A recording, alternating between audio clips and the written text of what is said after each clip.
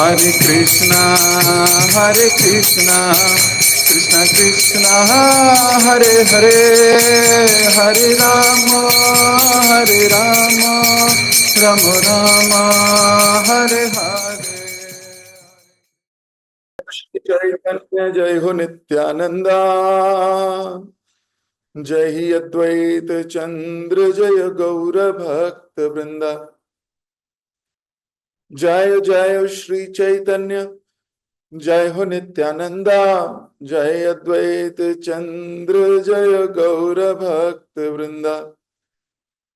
जय जय श्री चैतन्य जय हो नित्यानंदा, जय अद्वैत चंद्र जय गौर भक्त वृंदा। हरे कृष्ण। आप सभी भक्तों का बहुत बहुत हार्दिक स्वागत, अभिनंदन, और आप सभी भक्तों को मेरा प्रणाम। श्री चैतन्य भागवत अंत लीला, पिछली कुछ क्लासेस में हमने पढ़ा कि महाप्रभु ने सन्यास ले लिया है। प्रेमी जन उनके विरह में रो रहे हैं, हृदय टूट गया है। कई कई दिन हो गए खाए पिए, केवल महाप्रभु की याद और महाप्रभु को पुकार। फिर महाप्रभु वापस अद्वैत आचार्य के घर आए हैं, सन्यास लेने के बाद पहली बार। और वो घर आए, भक्तों ने कीर्तन किया, भक्तों ने बहुत स्वागत किया। महाप्रभु नित्यानंद प्रभु डांस भी कर रहे हैं अद्वैत आचार्य के घर में ही। अद्वैत आचार्य इसका फायदा उठाते हैं, किस बात का? कि महाप्रभु भाव भोर हैं, कोई होश नहीं है, और उनके चरणों के स्पर्श कर उनकी धूली ले अपने मस्तिष्क पे लगाने लगे। इस पे हमने बहुत डिटेल में चर्चा की थी पिछली क्लास में। महाप्रभु नृत्य कर रहे हैं। अब महाप्रभु जब नृत्य करते हैं तो वो नॉर्मल लोगों के नृत्य से बहुत अलग है। हाथ उठाकर भगवान के नामों का कीर्तन करना,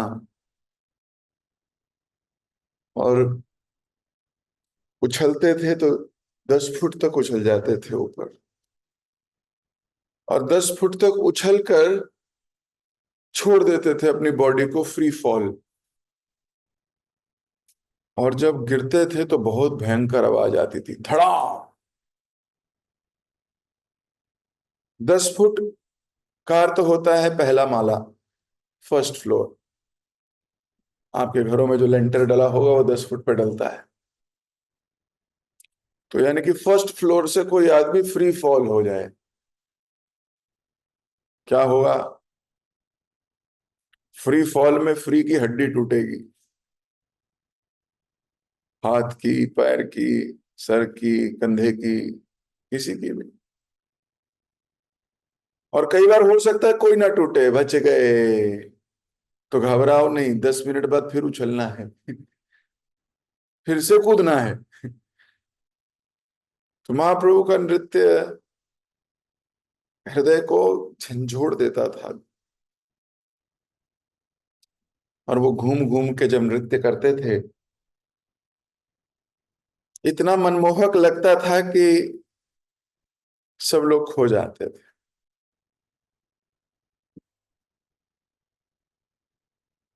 अब भक्तों ने भी देखा सब लोग मंत्रमुग्ध हैं, तो अद्वैत आचार्य की कॉपी कर सब लोग एक दूसरे की चरण धूलि लेने लगे।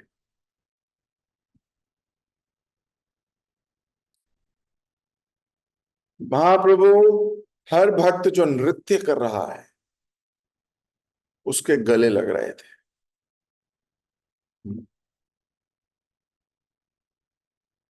अब महाप्रभु क्यों गले लग रहे हैं? महाप्रभु हर एक का आलिंगन कर रहे हैं, ऐसा लिखा है।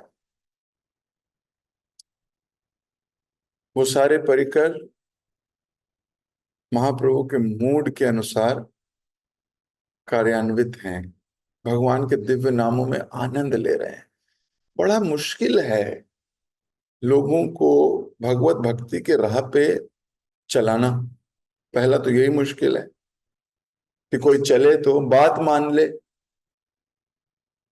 भगवान की भक्ति करने लगे। उसमें भी मुश्किल है कि वो भक्ति में आनंद लेने लगे। पहले तो कृष्णा कॉन्शियसनेस में आना ही मुश्किल है। आप सब जानते हो इस बात को। कितने आपके संसारी लोग हैं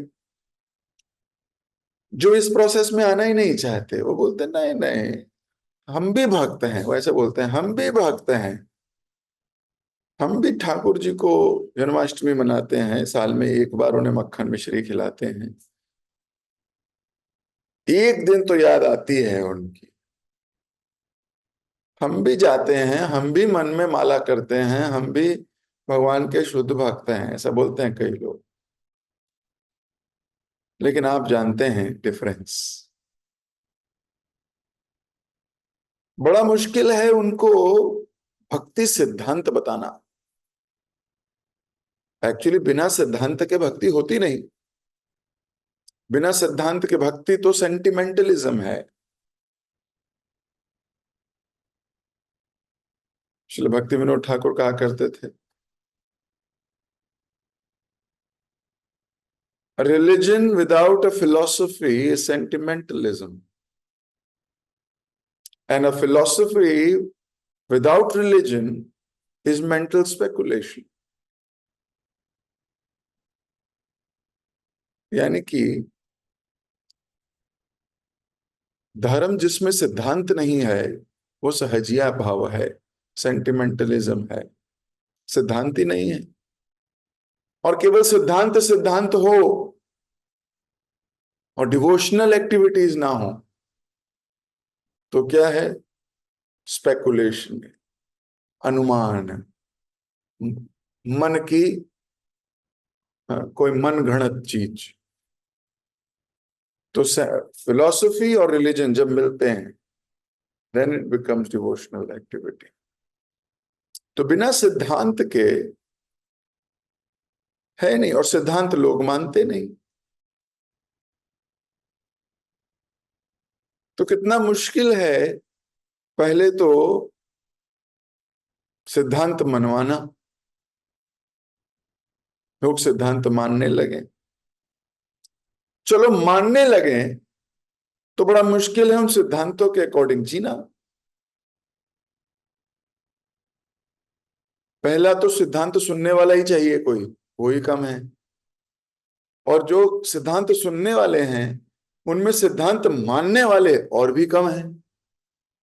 सिद्धांत मान के उसको जीने का अभ्यास करने वाले और भी कम हैं। और जीने का अभ्यास करते करते उसमें आनंद लेने वाले बहुत कम हैं। तो महाप्रभु हर उस व्यक्ति का जो आनंद ले रहा है भक्ति में उसका आलिंगन कर रहे थे। क्यों दुर्लभ है ये व्यक्ति, बहुत दुर्लभ है। और जब उनका आलिंगन कर रहे थे तो क्या कर रहे थे?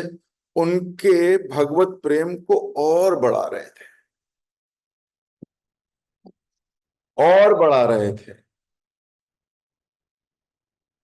देखो, अगर आप थोड़ी सी अग्नि लगी हुई है, थोड़ी सी अग्नि है, उस पे पेट्रोल डालो तो और भड़केगी, सच्ची बात है। और मान लो केवल लकड़ी है, आग नहीं लगी हुई, उस पे पेट्रोल डालो, क्या आग लगेगी? नहीं। जिसमें ऑलरेडी चिंगारी है उसको एकदम धधकाया जा सकता है, उसको प्रज्वलित, उसके अंदर और संचार किया जा सकता है। जिसमें है नहीं, आप उसमें जितना पेट्रोल डालो, जितना घी डालो, जितना ईंधन उसको दो, उसमें कोई बदलाव नहीं आने वाला। केवल लकड़ी को ईंधन देने से अग्नि प्रज्वलित नहीं होती, प्रज्वलित लकड़ी को ईंधन देने से वो अग्नि और तेज दहकने लगती है। तो महाप्रभु आलिंगन कर रहे हैं उन सब भक्तों का जो आनंद ले रहे हैं महाप्रभु के साथ। दे आर फॉलोइंग नाइसली, और रम गए हैं, क्योंकि देखिए उस जमाने के लिए ये बड़ी नई चीज थी। This was new. और कोई नई चीज को स्वीकार करना बहुत मुश्किल काम है, बहुत मुश्किल काम है किसी नई चीज को स्वीकार करना। जब प्रभुपाद जी प्रचार कर रहे थे अमेरिका में, तो उन सब के लिए सब कुछ नया था, सब कुछ नया। एक मंदिर में तो 3 महीने जगन्नाथ बलदेव सुभद्रा महारानी की पुजारी, हेड पुजारी पूजा करने के 3 महीने बाद प्रभुपाद जी को खत लिखता है, प्रभुपाद जी 3 महीने से आपने जैसे बताया हो रही है पूजा, कृपया करके ये बता दीजिए ये काले वाला, सफेद वाला और पीले वाला है कौन, जिसकी हम आरती करते हैं, ये है कौन, ये नहीं पता हम। सोचिए प्रभुपाद जी किन लोगों को प्रचार कर रहे हैं जिनको पता ही नहीं है, कुछ कोई आइडिया ही नहीं है। एक भक्त प्रभुपाद जी को, प्रभुपाद जी ने एक टेम्पल में कहा ऐसी अगरबत्ती होनी चाहिए, फिर ये होना चाहिए, ये होना चाहिए, और प्रभुपाद जी कह के चले गए। अब इस भक्त ने पूछा नहीं कितनी देर, तो अब अगरबत्ती लेके वो जब तक अगरबत्ती खत्म ना हो जाए तब तक लगा है। मतलब प्रभुपाद जी ने कहा अगरबत्ती दिखानी है, अब अगरबत्ती जब तक खत्म ना हो, अगरबत्ती खत्म हो 1 घंटे में, 1.5 घंटे में, तो वो बेचारा 1.5 घंटे लगा रहा। फिर बोला अभी ये नहीं है, इसके बाद पंचमुखी दिया भी आएगा। अब वो पंचमुखी दिया कितनी देर तक, जब तक बुझ ना जाए, लगा है। तो 3 घंटे आरती चली, 3 घंटे आरती चली, फिर किसी ने आके बताया दिन में 8 बार करनी है, तो 8 3 जा 24, तो 24 घंटे आरती होगी भगवान की। फिर जाके कई महीने बाद उसने पूछा प्रभुपाद जी से, प्रभुपाद जी मैं तो थक जाता हूँ, क्या मैं अपनी आरती किसी और को दे रहा हूँ आजकल, क्योंकि सोना भी है रहना भी है। प्रभुपाद जी ने बोला आरती करते थक जाते हो, क्या हुआ है? बोले वो जब तक खत्म होती है 1.5 घंटा हो जाता है अगरबत्ती। प्रभुपाद जी ने बोला हो गया काम। तो कहने का अर्थ है पहली बार किसी को भक्ति में लाना बहुत मुश्किल काम है। उसको पता ही नहीं है कृष्ण कौन है। हम भारत जन्म लिए तो इतना तो पता है कौन कृष्ण है, कौन बलराम है, कौन क्या है, कैसे हैं, लेकिन first time it is very difficult. आपको इतना बेसिक भी बताना पड़ जाता है, इतना बेसिक।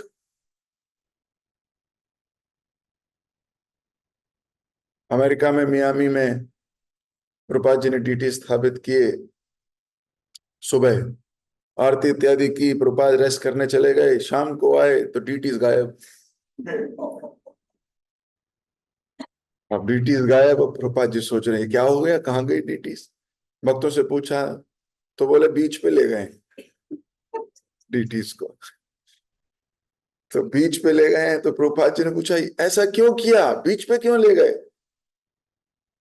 बोले आपने कहा था मन से सेवा करनी चाहिए भगवान की, और हमें लगा भगवान को बीच घुमा लाए मजा आएगा, हम तो भगवान की प्रसन्नता के लिए भगवान को बीच पे ले गए। आप सोचिए, प्रभुपाद जी ने बोला वापस लाओ, डीटी स्थापित हो जाए तो उन्हें नहीं हिलाते।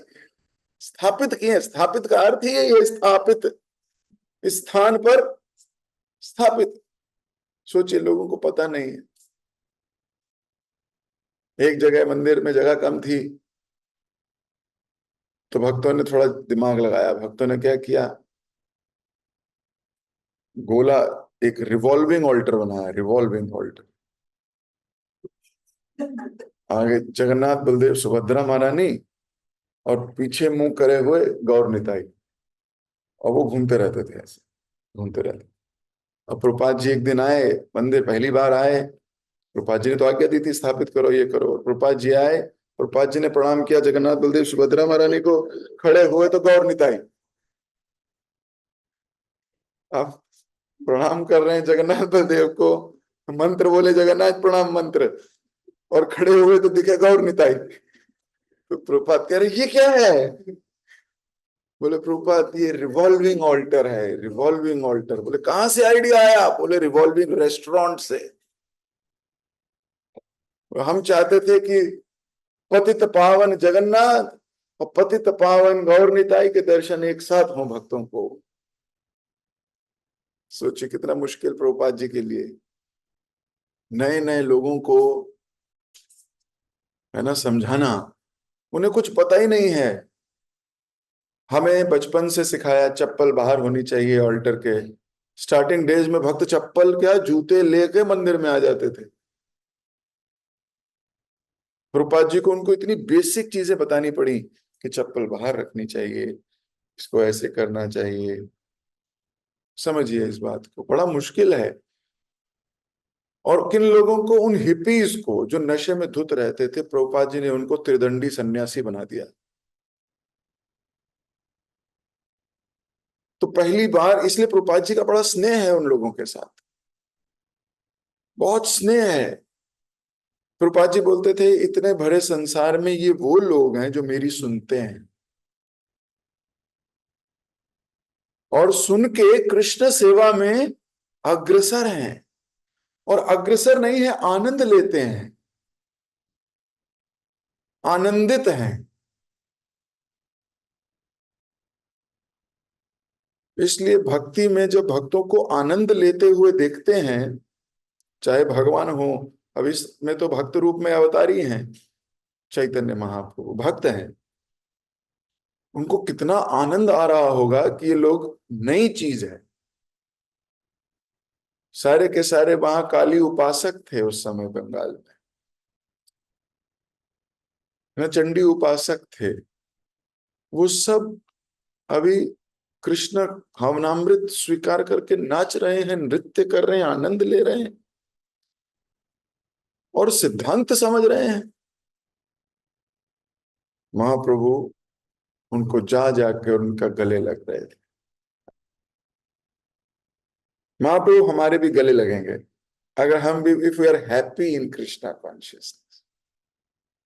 शिल प्रभुपाद तो 100% लगेंगे कि मेरी बताई हुई मूवमेंट में ये लोग खुश हैं, स्वीकार कर रहे हैं। और किस में खुश हैं? अपने हृदय को मांझने में, पिटाई खा के भी सुख है, खुश हैं, आनंदित हैं।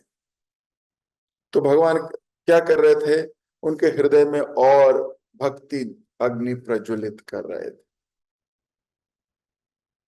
संचार कर रहे थे।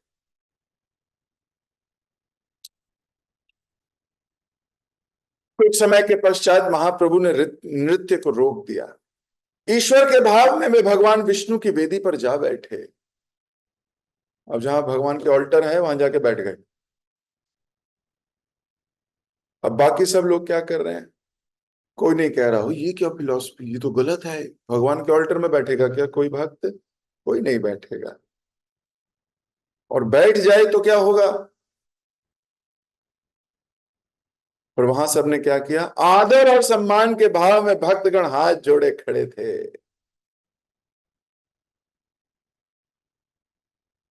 महाप्रभु को बहुत आदर और सम्मान करते थे, प्रेम करते थे ना। देखो जहां प्रेम है वहां आदर सम्मान अपने आप होगा, लेकिन जहां आदर सम्मान है जरूरी नहीं वहां प्रेम हो। जहां प्रेम है वहां आदर सम्मान अपने आप आएगा, लेकिन जरूरी नहीं जहां आदर सम्मान हो वहां प्रेम भी हो। इसलिए प्रेमी जन सारी भाव भंगिमाओं को प्रस्तुत करते हैं। तब महाप्रभु ने सबों के सामने अपने विभिन्न अवतारों और लीलाओं का प्रदर्शन करके अपनी वास्तविक पहचान उजागर की। अंत में श्री चैतन्य महाप्रभु ने कहा, कलयुग में मैं हरिनाम संकीर्तन का प्रचार करने आया हूं। इस संकीर्तन आंदोलन में भाग लेकर प्रत्येक निष्कपट जीवात्मा भगवत प्रेमामृत का स्वादन कर सकता है। हरिनाम संकीर्तन, अकेले कीर्तन नहीं। इस संसार में बहुत से लोग हैं, आप देखते हैं, सुनते हैं, जो अकेले निकल जाते हैं हिमालय, अपनी भक्ति को लेके अपने प्रोसेस, अपनी डेवलपमेंट को लेके दे आर वेरी पर्टिकुलर। आप देखोगे काशी, हिमालय पे कई साधु मिलेंगे आपको। कुंभ के मेले में सब अपनी अपनी गुफाओं से इधर उधर से निकल के आ जाते हैं प्रयाग। महामिलन भक्तों का, छुपे होते हैं इधर उधर इधर उधर इधर उधर। पर कलयुग में ये सब अलाउड नहीं है। एकांत भक्ति करना बहुत मुश्किल काम, बहुत मुश्किल। यहां महाप्रभु बोल रहे हैं संकीर्तन का प्रचार करना। संग, इसलिए अकेले सिद्धि होना मुश्किल है, संग सिद्धि ज्यादा इंपॉर्टेंट है। संग में सिद्धि हो सकती है। आप अकेले जितनी मर्जी प्रयास कीजिए, अगर आपके आसपास भक्त नहीं हैं, आपको प्रोत्साहन देने वाले, आपको डांटने वाले, आपको करेक्ट करने वाले, आपको मोटिवेट करने वाले, आपको प्यार करने वाले, तो भक्ति करना बहुत मुश्किल है।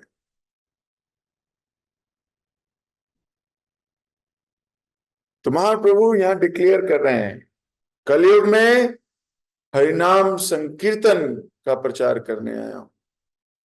पर इसको भोगेगा कौन, इसको लेगा कौन, इसमें भाग कौन लेगा?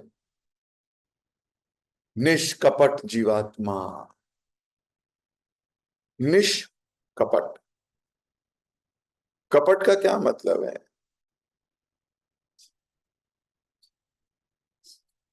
कपटी, छलिया है ना, छल करने वाले।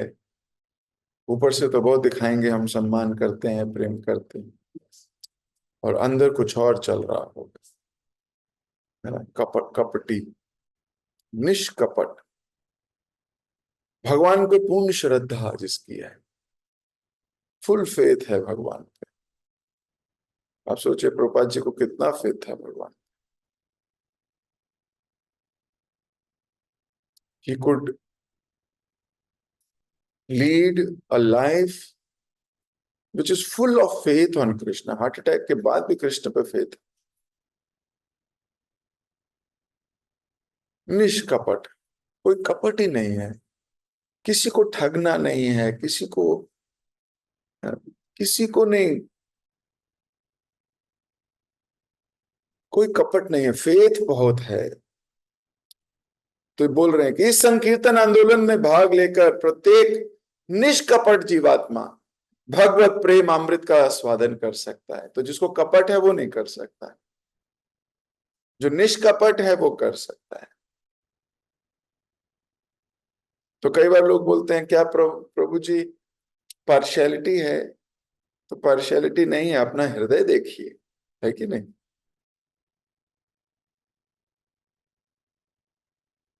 महाप्रभु कह रहे हैं, महाप्रभु पार्शियलिटी कर रहे हैं? पार्शियलिटी नहीं कर रहे, रूल बता रहे हैं। रूल ये है, जो लोग फॉलो करेगा उन सब के लिए कोई फेवरेटिज्म नहीं है। रूल ये है, तो जो भी रूल को फॉलो करेगा वो उस वही पहुंचेगा। तो ये फेवरेटिज्म नहीं है, दिस इज द प्रोसेस। तो हर कोई भगवान का फेवरेट बन सकता है। हम कहें कि हम रूल भी नहीं फॉलो करेंगे पर फेवरेट भी हो, ऐसा पॉसिबल नहीं होता, सच्ची बात है। तो यहां पर महाप्रभु कह रहे हैं हर कोई तो इसका मतलब सबके लिए है। जो निष्कपट, अब आ गया सिस्टम। संपूर्ण वैदिक साहित्य में जीवात्माओं को मेरा आश्रय लेने का निर्देश दिया गया है। महाप्रभु बहुत डायरेक्ट है एकदम।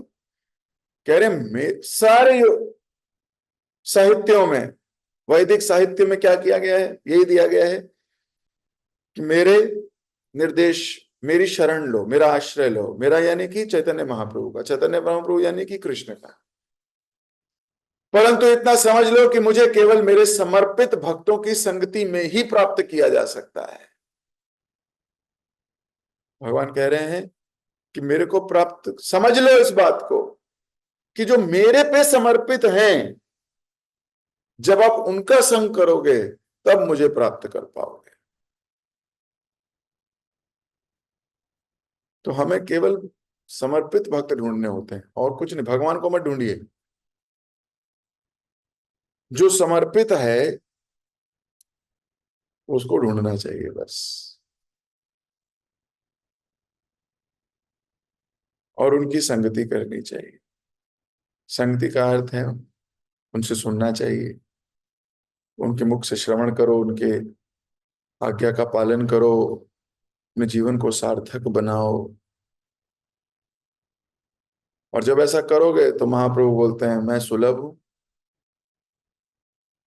बिल्कुल डायरेक्ट बोल दिया। परंतु इतना समझ लो, मुझे केवल, केवल मतलब और कोई प्रोसेस नहीं है, मेरे समर्पित भक्तों की संगति में ही प्राप्त किया जा सकता है। मेरे भक्त मेरे सब कुछ हैं। देखो भगवान क्या कह रहे हैं, मेरे पिता माता मित्र पुत्र भाई। यद्यपि मैं पूरी तरह स्वतंत्र हूं, तब भी मैं अपने भक्तों के शुद्ध प्रेम द्वारा बांधा जाता हूं। बोल रहे मैं स्वतंत्र तो हूं, लेकिन मैं अपने भक्तों के प्रेम से बंध जाता हूं।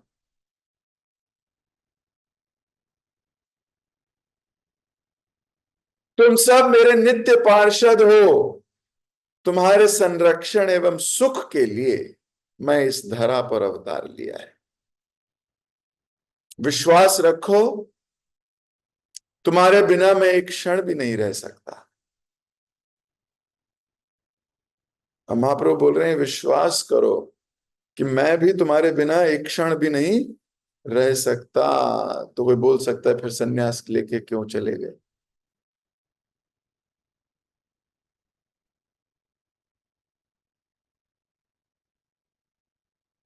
केवल शारीरिक रूप से दूरी दूरी नहीं होती, दूरी तो हृदय की होती है। कई बार एक छत के नीचे रहते हुए भी लोग करोड़ों किलोमीटर एक दूसरे से दूर होते हैं, और कई बार दूर रहते हुए भी लोग एक दूसरे के बड़े करीब होते हैं। तो दूरियां तो हृदय में होती हैं, दूरियां संसार में नहीं है, दूरियां तो हृदय में है। आप सोचिए यहां से गोलोक की दूरी कितनी है, बहुत दूर है, बहुत दूर है। लेकिन फिर भी भक्त अपने हृदय में भगवान को लेकर घूमते हैं। कहाँ है दूर, कृष्ण दूर कहाँ है, हृदय में है। तो दूरियां वास्तविकता में हृदय में होती हैं और कहीं नहीं होती। दूर वाला व्यक्ति भी बहुत करीबी संग ले सकता है ना, बात करता है। आजकल तो टेलीफोन को क्या बोलते हैं हिंदी में, दूर संचार। दूर है लेकिन संचारित है। तो राम से बात होके उसका संग लिया जा सकता है, उनकी आज्ञा का पालन किया जा सकता है, पूछा जा सकता है, बात की जा सकती है। तो दूरियां तो हृदय में होती हैं। तो महाप्रभु कह रहे हैं मैं बंध जाता हूं। और विश्वास करो, बोल ही तो सकते हैं, अब कैसे बताएं। विश्वास करो कि मैं आप सबसे इतना प्रेम करता हूं कि आपके बिना एक क्षण नहीं रह सकता। अब जब ये भक्त सुने क्या करें? भक्तों ने ये सुना, उल्लास से भरे भक्त भूमि पर गिरकर बारंबार प्रणाम करने लगे। अब प्रणाम कर रहे हैं, बार बार प्रणाम कर रहे हैं, मतलब प्रणाम किया फिर खड़े हुए, फिर नहीं रहा जा रहा, फिर प्रणाम कर रहे हैं, फिर प्रणाम किया नहीं, फिर खड़े हुए, फिर प्रणाम कर रहे हैं। इतने भर गया हृदय में, जिससे प्रेम करते हो वो ये बोल दे कि मैं भी तुम्हारे बिना एक क्षण नहीं रह सकता, उस वक्त तो हृदय गदगद हो जाएगा, जब शुद्ध प्रेम हृदय में होगा तो।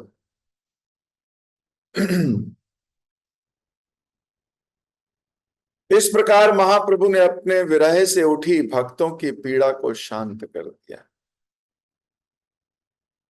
दयालु महाप्रभु प्रत्येक व्यक्ति के कष्ट को नष्ट करने में अत्यंत दक्ष हैं। फिर ये पीड़ित मानवता क्यों दया के सागर श्री गौर चंद्र का आश्रय नहीं लेती?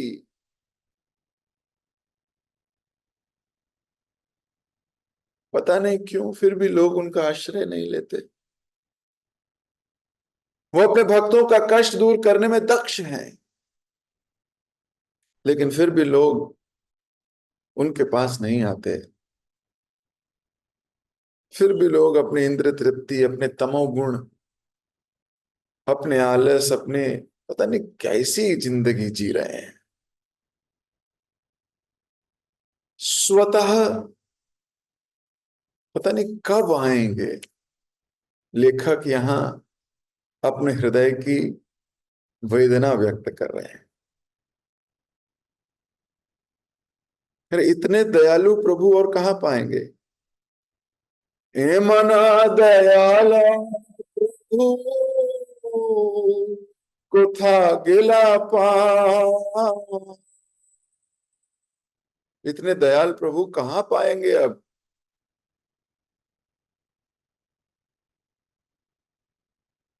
बहुत मुश्किल है। इतना पता होने के बाद भी हम नहीं कर पाते, सोचिए। हम तो रोज श्रवण करते हैं, फिर भी ये भाव विकसित नहीं होते। सोचिए कितने करोड़ों जन्मों के कितने अपराधी हैं हम। धिक्कार जैसा है अपने ऊपर कि हमारे अंदर फिर भी ऐसी आतुरता नहीं डेवलप हो। सच्ची बात है, तमोगुण के प्रभाव में आ जाते हैं, माला छूट जाती है। सोचो,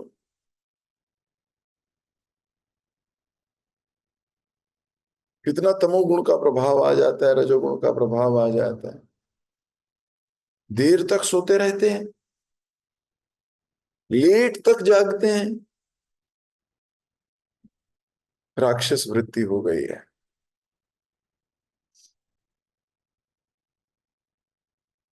पिशाचर रात में जागते हैं, उनको बल मिलता है रात में।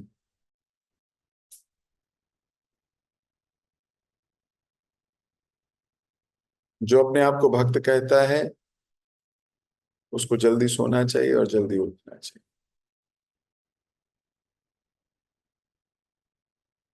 अपने जीवन को डिसिप्लिन में लाना चाहिए।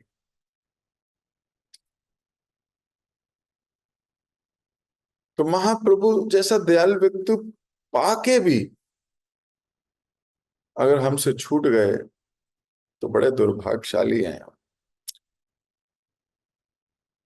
इन्हीं शब्दों के साथ मैं अपनी वाणी को दे रहा हूं विराम। समय हो गया, आप सबसे मुलाकात होगी फिर।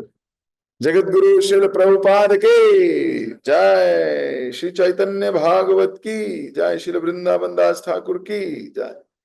आप सभी प्रेमी भक्तों की जय। हरे कृष्ण। किसी भक्त का कोई प्रश्न, कोई टीका या कोई टिप्पणी हो? यस मनु प्रभु। हरे कृष्ण प्रभु जी, दंडवत प्रणाम। Hare Krishna. Thank you so much, इतनी सुंदर क्लास थी आज। और आपने बहुत क्लियरली बता दिया कि महाप्रभु और हमारे पुराने आचार्य किस प्रकार के भक्त का आलिंगन करेंगे, किस प्रकार के भक्त को एक्सेप्ट करेंगे। तो बहुत ज्यादा मोटिवेटिंग था।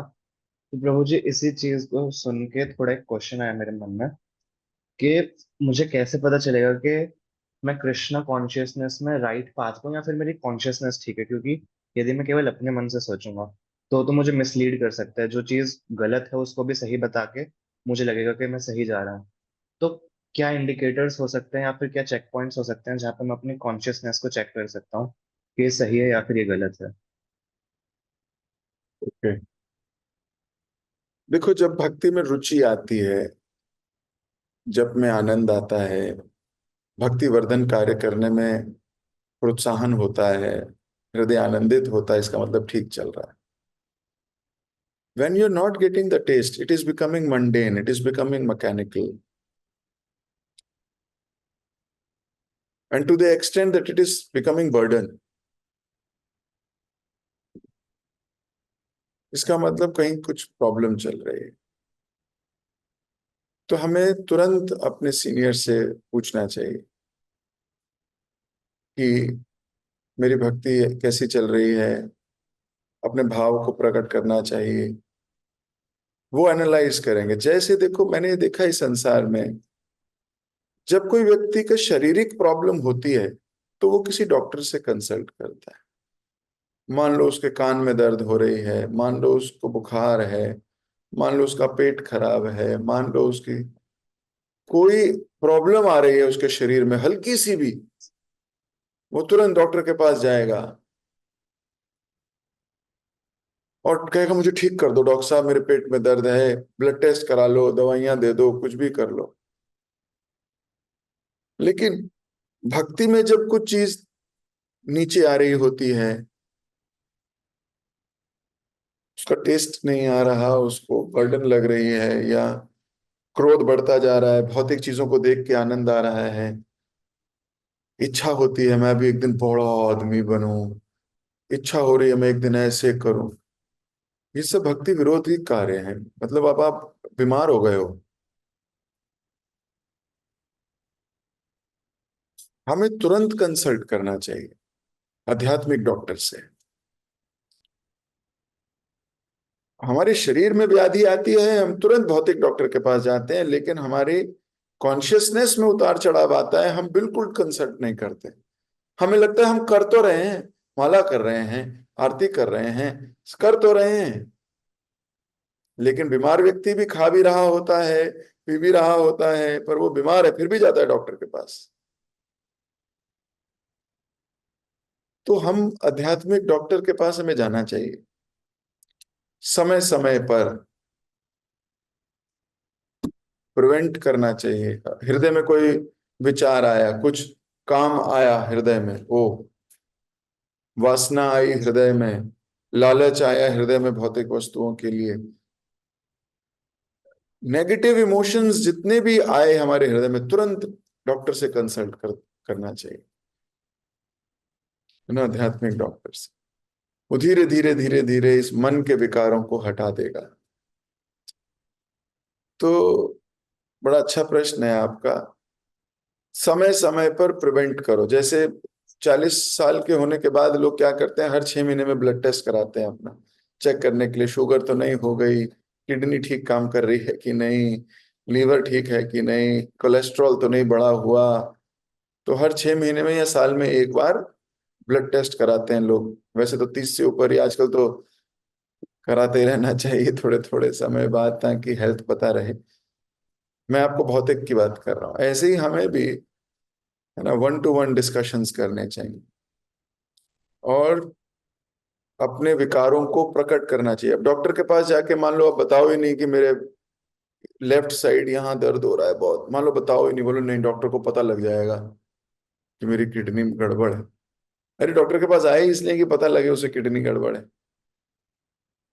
हम भी क्या करते हैं, हम अपने आध्यात्मिक मेंटोर के पास जाते भी हैं, काउंसलर के पास, या जो जो हमारे से श्रेष्ठ है भक्ति में, पर हम अपने मन की बीमारी बता नहीं पाते उसको।